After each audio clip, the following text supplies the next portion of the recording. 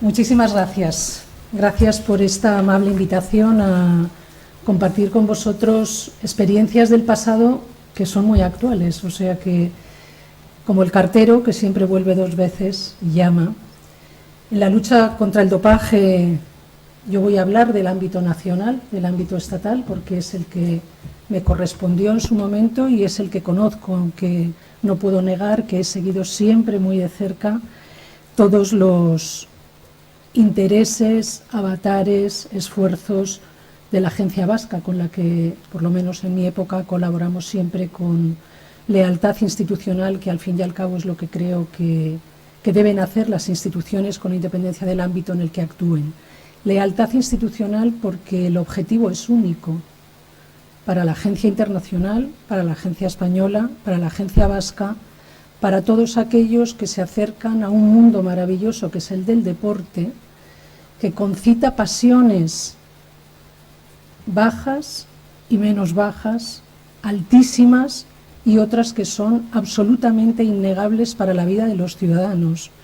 Si el deporte tiene la capacidad de llegar a los corazones de la gente es porque tiene una capacidad inmensa para transformar la vida de la gente.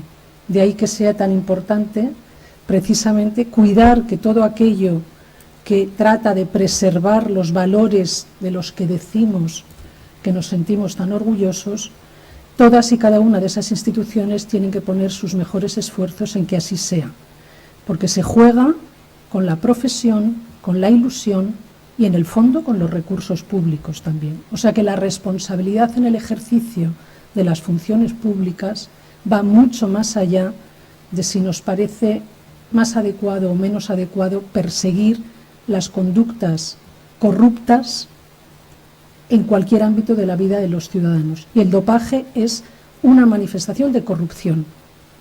Corrupción en la competición, alterar los resultados y, en definitiva, que la igualdad de armas, que teóricamente es lo que rige esta actividad, se ve alterada precisamente por el comportamiento irrespetuoso e ilegal de alguna de las personas que intervienen en esa actividad. O sea que el marco es que estamos ante una actividad que es fruto de la corrupción para conseguir la alteración de la competición. El problema se plantea si en ese ámbito de corrupción intervienen más agentes que aquellos que teóricamente son los que querrían alterar la competición. Cuando, a través de Jordan Santos, a quien agradezco enormemente esta oportunidad de estar aquí con todos vosotros, me invitó a que después de casi 10 años volviera a hablar de esta materia, pensé que había pasado tiempo suficiente y que el mar estaba en calma y las aguas no eran procelosas. Eso fue lo que pensé cuando Jordan me escribió, y está visto que la realidad siempre supera la ficción, porque si hubiera sido hoy el día en que Jordan me invita, no estoy tan segura de que hubiera dicho tan alegremente que sí, porque estamos en el candelero, una vez más. España está en el candelero y no precisamente está para bien, sino una vez más, como si me retrotrajera a hace 10 años, vuelvo a escuchar de la Agencia Mundial lo mismo que yo escuché el día 8 de mayo del año 2012. Hacía apenas un mes que yo había sido nombrada directora de la agencia entonces estatal antidopaje, que era como se denominaba. Y vuelvo a escuchar lo mismo porque cuando se nos pregunta cuál es el estado de la cuestión, debemos responder qué responden los agentes encargados de la lucha contra el dopaje. Me van a permitir que en pequeñas pinceladas diga lo que otros dicen. No vamos a hablar por boca de la prensa, no vamos a hablar por boca, en este caso mía, que soy la ponente, sino que vamos a hablar por boca de las instituciones encargadas de velar porque las competiciones deportivas sean competiciones honestas y desarrolladas en igualdad de condiciones. La Agencia Mundial Antidopaje, el día 4 de enero de este año, decía: nunca hemos hecho la vista gorda, es una traducción bastante acertada y cercana a lo que señalaba. En España hay casos pendientes retrasados sin justificación, se han tenido que adoptar medidas inusuales de retirar la competencia en materia de pasaporte biológico, sigue habiendo obligaciones de resolver otros supuestos de pasaporte biológico, hay problemas desde hace tiempo en España, se ha enviado un informe con medidas correctivas que no se han adoptado, hay cuestiones de la aplicación de la reciente ley antidopaje que no se están realizando correctamente ni en su aplicación ni en su interpretación, se está haciendo de modo contrario al Código Mundial Antidopaje, hay un incumplimiento flagrante en la última reforma reglamentaria adoptada en el año 2003 sin conocimiento de la Agencia Mundial ni consulta. Hay problemas profundamente arraigados en España en materia de lucha contra el dopaje. Si no hay una solución urgente, habrá consecuencias. Yo les puedo asegurar que el requerimiento que recibimos en el Gobierno de España en el año 2012 en relación con 80 casos pendientes de resolución, en aquella época no fue tan duro como el que se ha emitido en este momento. Tenía un elemento mucho más preciso. Si no lo arreglan, no hay Juegos en Londres, que eran en el mes de julio. Es cierto que la amenaza era mucho más directa, pero les puedo asegurar que el reproche no era ni tan detallado ni tan profundo. Por lo tanto, me pregunto si no estamos exactamente igual que estábamos. Y les confieso que eso de problemas profundamente arraigados en España ha sido la parte que a mí personalmente más me ha dolido. Porque significa volver a escuchar aquello que yo tuve que escuchar en Bruselas de un representante de la Agencia Antidopaje alemana, delante de más de 90 representantes de distintos países, donde dijo en un perfecto inglés que a mí me costaba entender porque no quería oír lo que estaba oyendo: España siempre igual, España nunca colabora, España es colaboracionista. Salté como un resorte en aquel momento y yo afirmé en público delante de todos aquellos que eso no volvería a escucharlo, porque me negaba a aceptar que mi país no tuviera una voluntad firme y decidida en la lucha contra el dopaje. Y les aseguro que a partir de aquel momento los esfuerzos que hemos puesto todos, y digo todos, es en recuperar el prestigio internacional en materia de lucha contra el dopaje. Cuando leo este comunicado de la Agencia Mundial me pregunto en qué lugar de la historia nos volvemos a situar, si en el año 2012 o todavía mucho antes, cuando casos tan graves como el caso Armstrong, el caso Festina, el caso Kelme, cuando tantas operaciones en la lucha contra el dopaje acabaron dando en la basura con el prestigio internacional de España. Y a mí, como a Unamuno, me duele. Me duele escuchar que mi país no hace las cosas bien.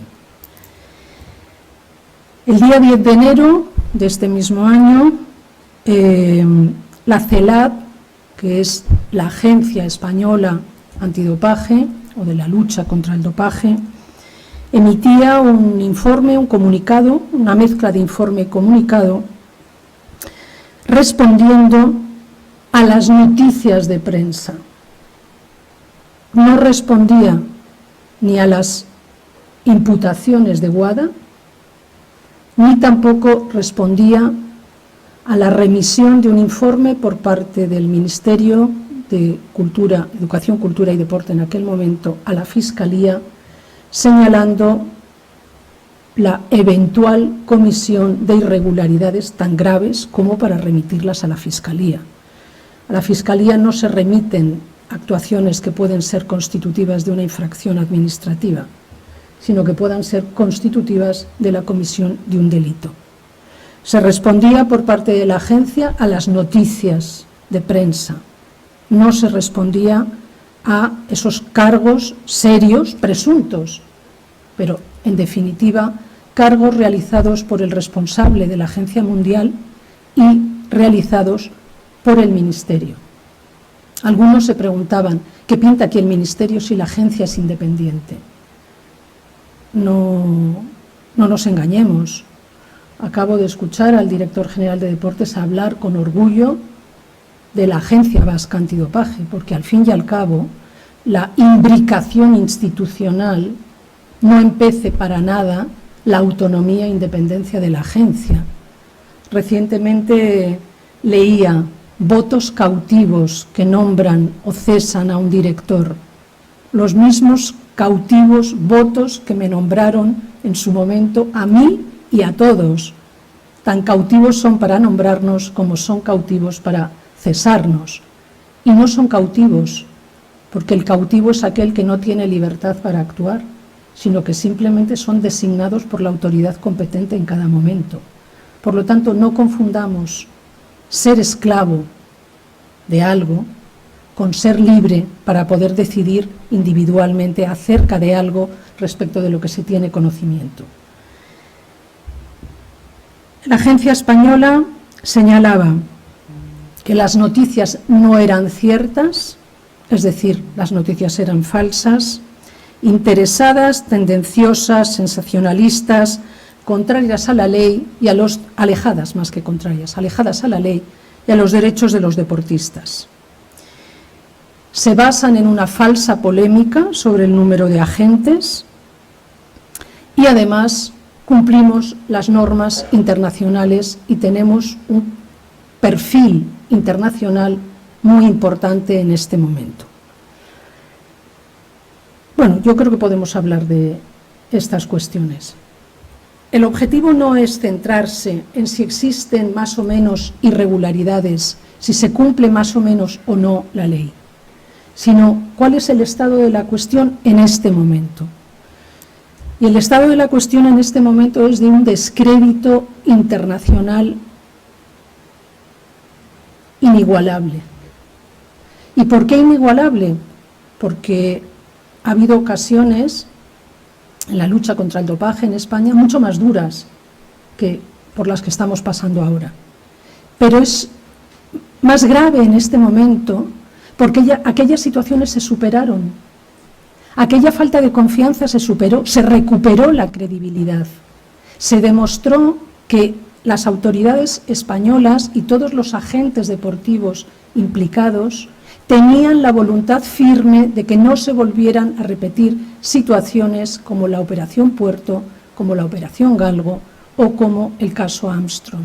Y que la colaboración real entre las instituciones iba a dar al traste con aquella opinión generalizada de que España era colaboracionista, ocultaba y no luchaba con un verdadero esfuerzo. Aquello se superó y por lo tanto la credibilidad se recuperó. No es fácil salir del hoyo y encontrarse en una situación de igualdad de condiciones con tus copartícipes desde el punto de vista internacional.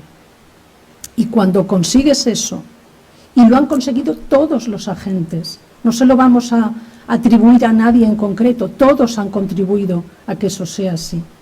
Y cuando al cabo del tiempo te vuelves a encontrar en esta situación, no es que te coloques en el punto de salida, es que ya no te creen que estés en el punto de salida. Es que volver a conseguir que nos respeten internacionalmente a la vista de esta situación va a ser muy complicado.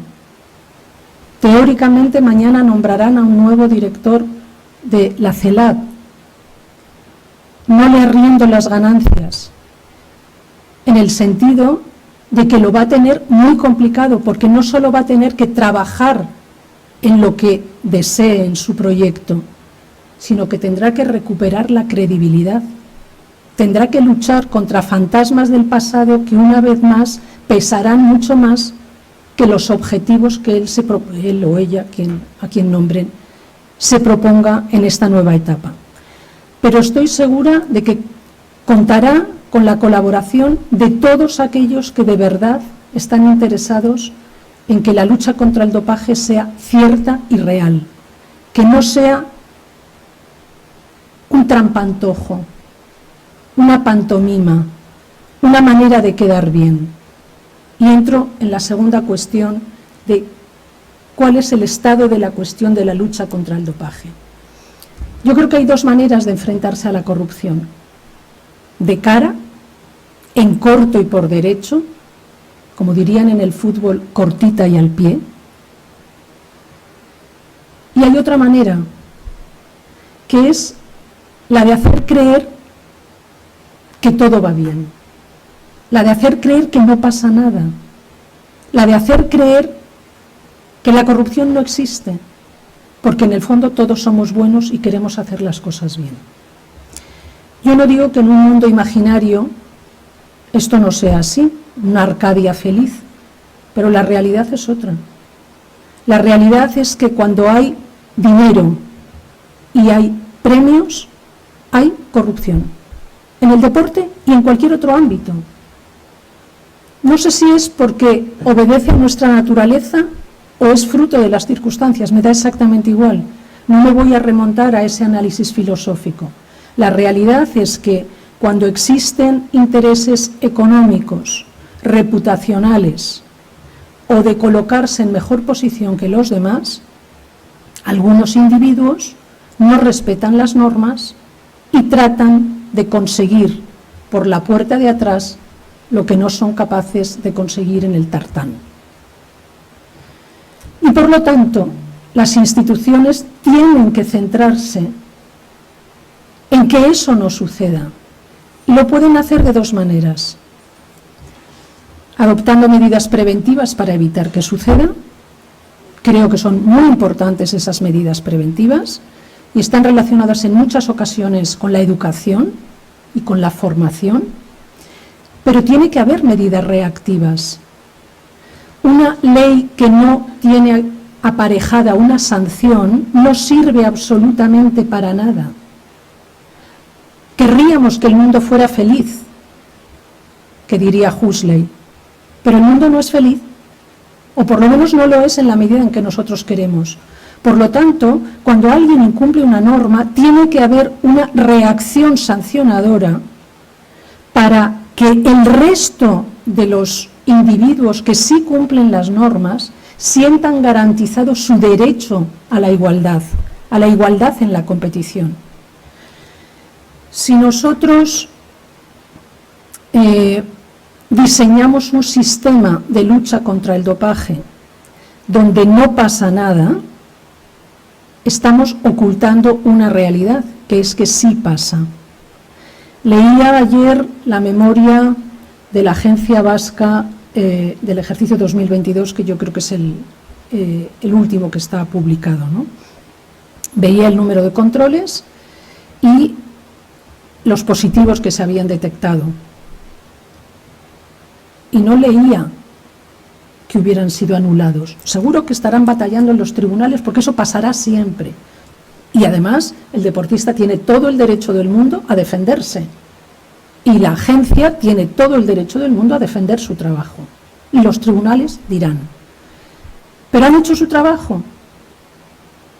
Han hecho su trabajo con independencia de que lleguen a los tribunales. No hay que dejar de hacer lo que uno está obligado a hacer por miedo a llegar a los tribunales. La administración no puede quedarse paralizada porque haya asuntos en los tribunales. Nunca, excepto en dos situaciones: la prejudicialidad penal y la prejudicialidad civil. Estos son términos muy técnicos desde el punto de vista jurídico, pero esos son los que se contemplan en la Ley de Procedimiento Administrativo. Significa que cuando yo tengo que decidir sobre una cuestión sancionadora y respecto de ese sujeto hay un tribunal penal pendiente de decir algo, tengo que esperar, tengo que suspender el procedimiento, porque lo que diga ese tribunal penal de ese sujeto o sobre esos hechos es relevante para mí, tan relevante que puede que no pueda actuar porque actúa el Tribunal Penal. En el ámbito civil es parecido, no suele afectar en materia de dopaje. O bien porque un tribunal esté analizando la legalidad de una norma que yo tengo que aplicar o la constitucionalidad de una norma que yo tengo que aplicar. Pero ¿ustedes se imaginan que la Dirección General de Tráfico dejara de imponer sanciones por exceso de velocidad porque alguien estuviera cuestionando el radar que está situado en la avenida de entrada de una ciudad? ¿Ustedes se imaginan esa situación? Porque alguien esté cuestionando en un tribunal si ese radar es adecuado o no es adecuado para medir la velocidad con la que pasa un vehículo. No, la Dirección General de Tráfico nos pondrá la multa si nosotros hemos superado la velocidad. Y si un tribunal posteriormente anula todas las multas que haya detectado ese radar, nosotros podremos recurrir. Pero la Administración no puede esperar a ver qué pasa, porque entonces está haciendo dejación de sus funciones. Por lo tanto, a mi juicio, las explicaciones que se vienen dando sobre no podemos sancionar determinados comportamientos que han dado un resultado positivo porque estamos esperando lo que diga un tribunal, es simplemente un incumplimiento de las obligaciones y potestades que tiene la Administración. Y no está amparado en ninguna norma de la Ley de Procedimiento Administrativo, artículo 22.1g, que permita a la Administración no actuar. De ahí que la Agencia Mundial señale que hay problemas con el retraso en la gestión de resultados analíticos adversos, además de los resultados por pasaporte biológico, que no tienen nada que ver unos con otros, desde el punto de vista de la gestión administrativa. Se ha señalado también, para justificar esa situación en la que nos encontramos ahora, que tenemos 10 años para resolver. Y perdónenme, sé poco de dopaje, sé poco de deporte, sé menos de derecho. Pero lo que les puedo decir es que la prescripción de 10 años no tiene nada que ver con abrir un procedimiento y suspenderlo. Cualquier alumno de derecho administrativo, sabe que la prescripción y la caducidad son cosas completamente distintas. Y también son términos técnicos que probablemente en una facultad como esta pues no sean los más adecuados, pero me van a permitir que intente explicarlos como yo hacía con mis alumnos. Explicar derecho fiscal a las 8 de la mañana no suele ser lo más agradable e interesante del mundo, hasta que descubrí que si me llevaba el as y el marca a clase, todo estaba arreglado. Y en el as y en el marca podía encontrar cualquier ejemplo que me sirviera para explicar derecho fiscal. Y aquel día descubrí que en el fondo el derecho, que no sirve más que para solucionar conflictos entre los ciudadanos, está tan conectado con la realidad cotidiana que puede ser explicado a través de cualquier ejemplo, porque no son más que los ejemplos de la vida misma. Me acuerdo la primera vez que tuve que explicar qué era eso de la competencia fiscal internacional. Mis alumnos decían que aquello les parecía espantoso, horrible y además no les interesaba. Y de repente les expliqué cómo había sido el fichaje de los hermanos de Boer por el Barça. Se acabó el problema. Ya no era un problema de derecho fiscal, era un problema de fútbol y por lo tanto prestaban atención. Pues esto de la prescripción y la caducidad es exactamente igual. Tenemos 10 años para abrir un procedimiento. Tenemos un año para cerrar un procedimiento abierto. Esa es la diferencia. Si yo en un plazo de 10 años detecto que alguien cometió una infracción, puedo abrir un procedimiento. Pero si abro un procedimiento porque he detectado una infracción, tengo 1 año para cerrarlo. Esa es la diferencia. Y lo que no puedo hacer es conocer que existe un acto ilícito y no abrir un procedimiento. Porque la Administración no puede elegir cuándo actúa. La Administración no es autónoma como el legislador para señalar 10 años o 1 año. La Administración, por mandato del artículo 103 de la Constitución, está sometida a la ley y al derecho. Actúa con objetividad en la defensa de los intereses generales. Y los intereses generales no son los de la Administración, son los de los ciudadanos, porque la Administración está al servicio de los intereses de los ciudadanos. Entender ese marco de actuación de la Administración es fundamental, porque miren, los políticos pueden decidir cuándo regulan una materia, juegan con los tiempos, porque la política es oportunidad. No hay una norma que nos diga que tenemos que regular una materia, salvo que sea una norma internacional. En cambio, la Administración no actúa así.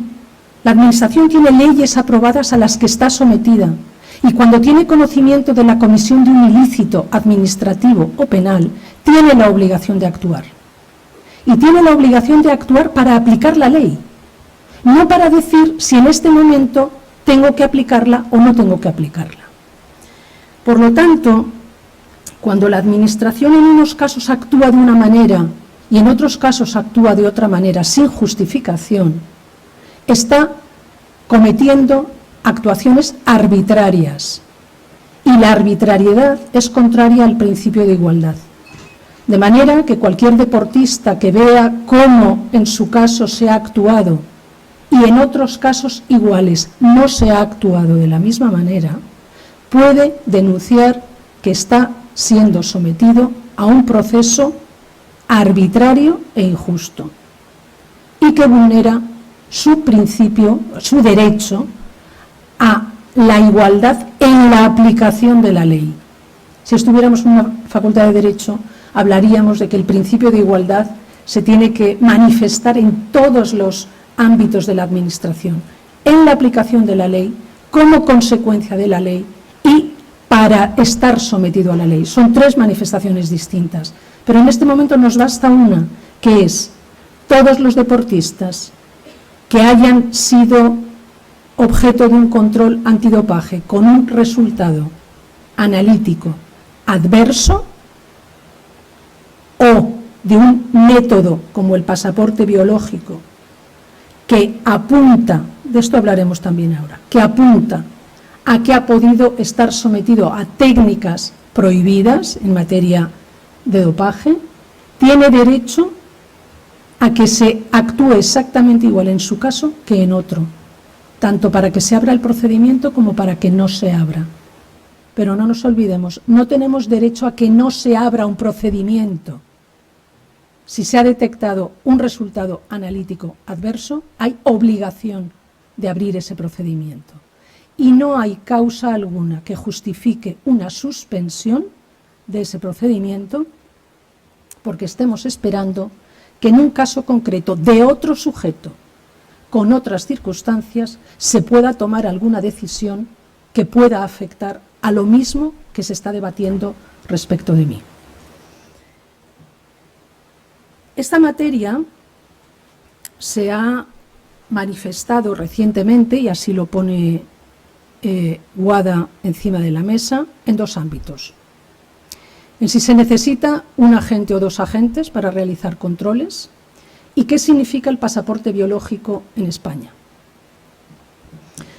Y yo creo que hay que ser honestos con nosotros mismos y con nuestro pasado para reconocer las cosas que hacemos bien y las que no hacemos bien. Todos. Empecemos por el pasaporte biológico. El pasaporte biológico ha tenido distintas regulaciones en España desde la primera ley del dopaje del año 2013 a la actualidad. El pasaporte biológico en la legislación española se contempló inicialmente como una prueba indiciaria. Prueba indiciaria que en el derecho sancionador español no es una prueba de cargo. Prueba de cargo significa resultado analítico adverso, EPO. Salvo que puedas demostrar, que en el caso de la EPO no es posible, que no ha sido algo que tú has hecho, y con muchísimos matices, porque ya sabemos que el deportista es responsable de todo aquello que está en su cuerpo, el resultado es que va a haber una comisión de una infracción y por lo tanto una sanción. En cambio, en el pasaporte biológico, en el año 2013, se contempla, porque la normativa penal española y sancionadora no lo permitía, como una prueba indiciaria que debe ser acompañada de otros elementos que acaben señalando que se ha producido la ingesta, inyección o presencia de una sustancia prohibida. Se pone de ejemplo que la primera sentencia que anula el pasaporte biológico del año 2023 impide la aplicación del pasaporte biológico en España. No. Esa sentencia, le he pedido a Aitor que me la imprimiera esta mañana, dice lo siguiente. Por eso digo que seamos justos. El señor tal fue sancionado por la Agencia Española de Protección de la Salud en el Deporte por una infracción muy grave de la Ley Orgánica del Dopaje. En el inicio del procedimiento sancionador se especificaba que en el marco de las diligencias previas recibida la evaluación del pasaporte biológico del interesado, procedente elaborado por el Laboratorio Suizo de Control del Dopaje, el jefe del Departamento de Control del Dopaje dirigió una comunicación a ese sujeto diciéndole que se había recibido la evaluación de su pasaporte biológico en el que declaraban de manera unánime que su perfil hematológico indicaba que era altamente probable que usted haya usado una sustancia y que no es probable que sea resultado de cualquier otra causa. Miren ustedes, en derecho español, en materia de dopaje o en materia de lo que sea, si yo pretendo imputar a alguien la comisión de una infracción utilizando la palabra altamente probable y que no es probable, les aseguro que no hay tribunal en España que sancione a nadie con estos términos. ¿Por qué? Porque en derecho español, como en tantos otros derechos, las probabilidades no son hechos contrastados.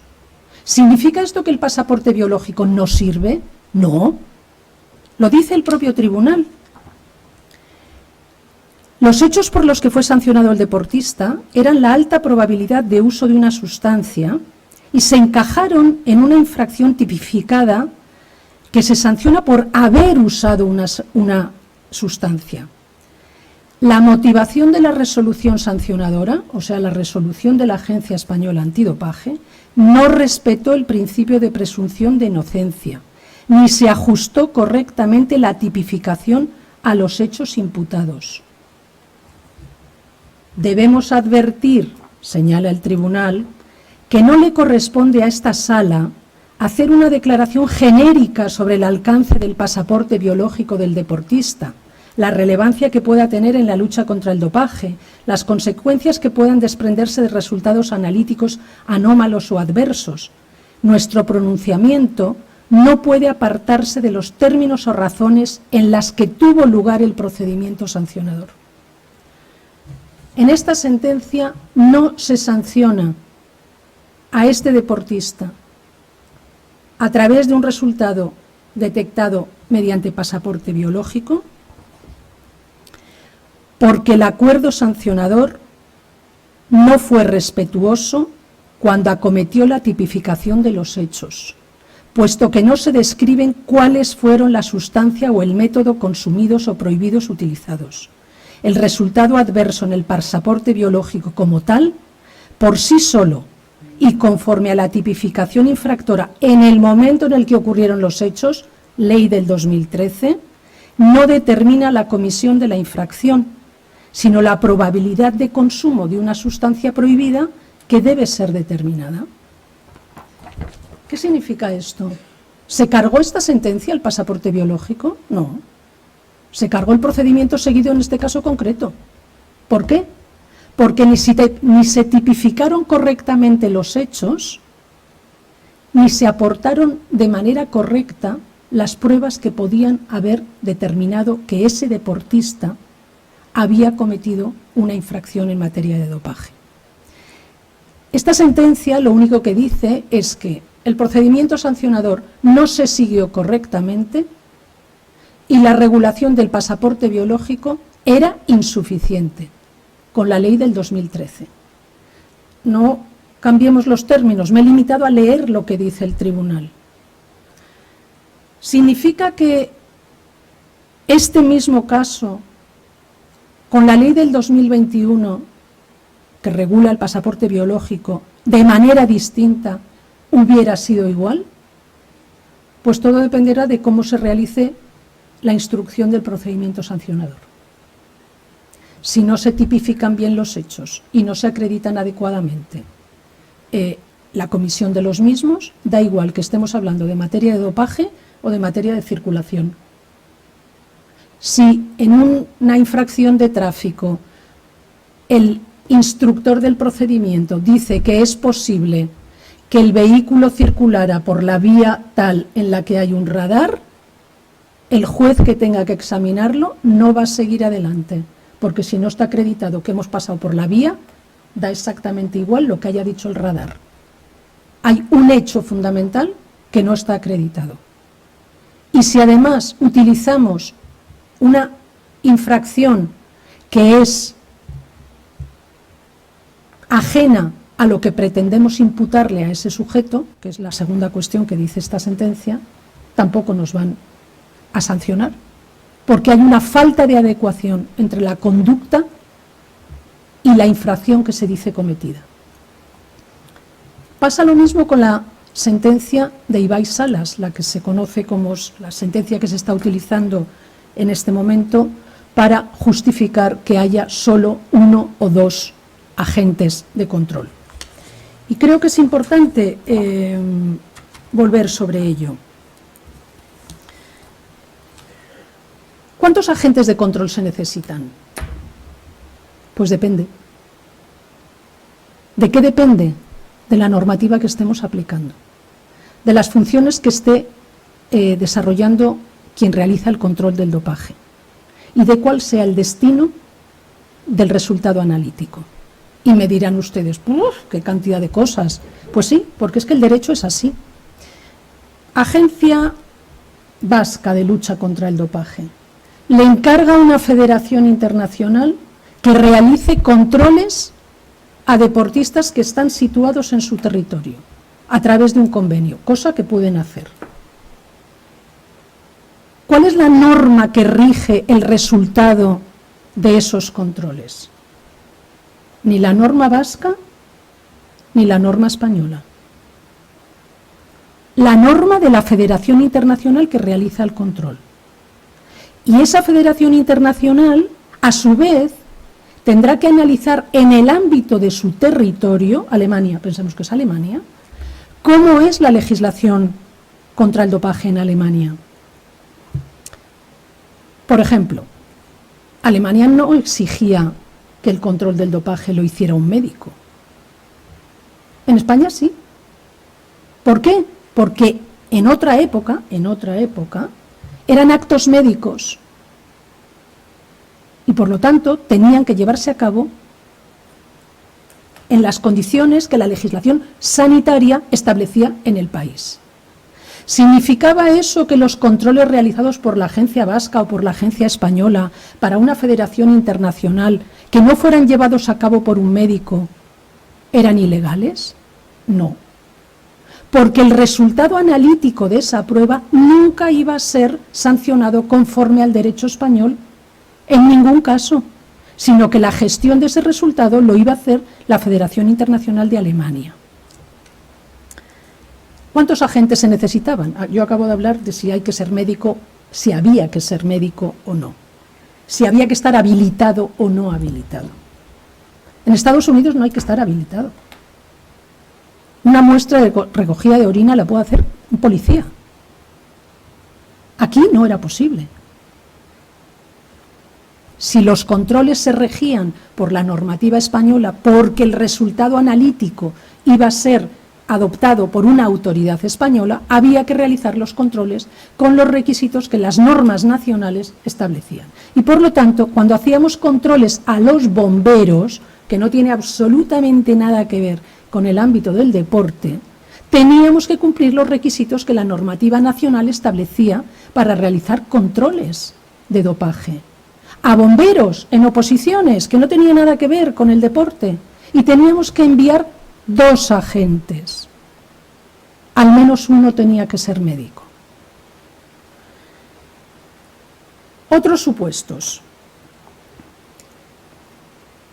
¿Cuántos agentes tienen que formar parte de una misión para realizar controles? Depende. ¿Por qué depende? Pues depende de si es un control en competición, un control fuera de competición, por sorpresa o no. ¿Significa que podían ir 1 o 2? No. Significa que junto con el agente de control puede haber otras personas que o bien también realicen controles, extracción, o acompañen al deportista para que se realice esa extracción, o por el contrario, pueden ser personas que acompañan a un agente de control para verificar que hay 4 ojos, como decía un periodista recientemente. No se podía acreditar que había 4 ojos. La sentencia de Ibai Salas, lo que dice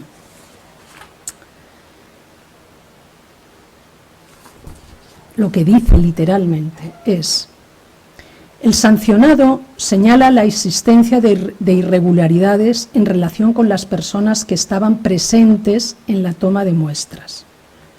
No es cierta la alegación, pues tal como resulta del expediente administrativo, en todo momento estuvieron presentes en la toma de muestras 2 agentes de control habilitados por la Agencia Española de Protección de la Salud, Felipe y Rosa, además de una escolta, Sabina, y ello con independencia de que en los formularios pudiera constar la firma de ambos o de uno de ellos.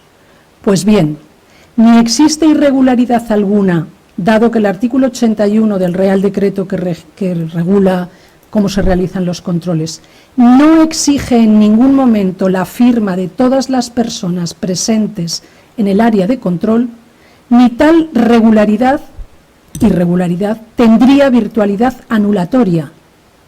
Pero hay que seguir leyendo. Toda vez que está acreditada materialmente la presencia de 2 agentes de control.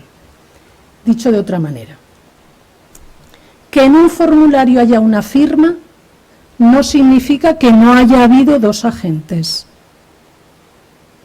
Que en un formulario haya 2 firmas significa que ha habido 2 agentes, salvo que el formulario haya sido manipulado, evidentemente. Y por lo tanto, lo importante es que está acreditada materialmente la presencia de 2 agentes de control, aunque el formulario lo firme solo uno. Por lo tanto, cuando se hacen imputaciones Y utilizo este término porque se han referido a mí, con mi nombre, en mi etapa. Cuando se dice que en controles realizados en una prueba, ya lo digo yo, de atletismo en La Rioja, había 4 formularios firmados o encargados por quien les habla, donde solo había un agente de control, se oculta cómo se firmó la orden de realización de los controles, cuántos agentes había materialmente en la competición, con independencia de que el formulario lo firmara solo uno. Pero les digo más, si solo hubo uno, si solo envié a uno, lo hice mal, pero no hubo ningún resultado analítico adverso en esos 4 controles que me permitiera intentar decir que hubo 2 donde no los hubo, o que habiendo uno luego se intentó que hubiera 2, pero luego se cambió para que hubiera 1. Esto de lo que estoy hablando ahora está en un procedimiento penal. No tiene que ver conmigo, ¿eh? Lo resumo. 1 o 2 agentes, depende en qué ámbito nos encontremos. 1 o 2 agentes firmando un formulario de control, depende. Lo importante es que haya 2 agentes de control, con independencia de quién firme el formulario. Lo que no tiene un pase es que tengamos un formulario diciendo que no hay 2 agentes y que tengamos el mismo formulario diciendo que había 2 agentes, porque entonces estamos hablando de otra cosa.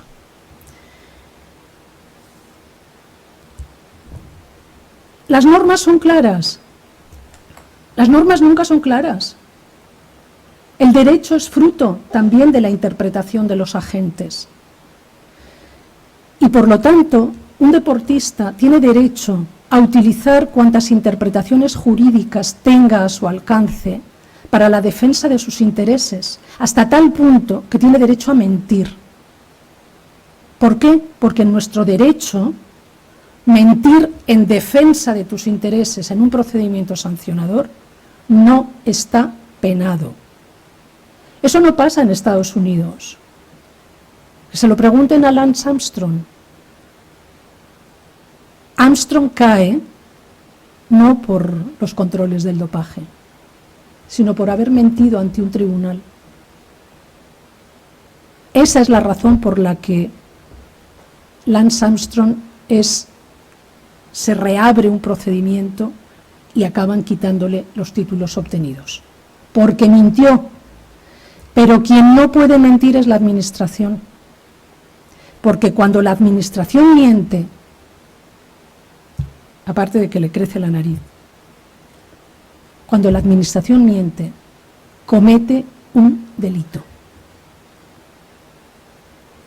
Delitos que están tipificados como prevaricación y, si además hay dinero por el medio, malversación de caudales públicos. La siguiente pregunta que habría que hacerse es, además de que haya 1 o 2 agentes, ¿a cuántos hemos pagado? Saben que es otra de las materias que en este momento están en solfa y que está analizando la Fiscalía. ¿Da lo mismo mandar 1 o 2 agentes?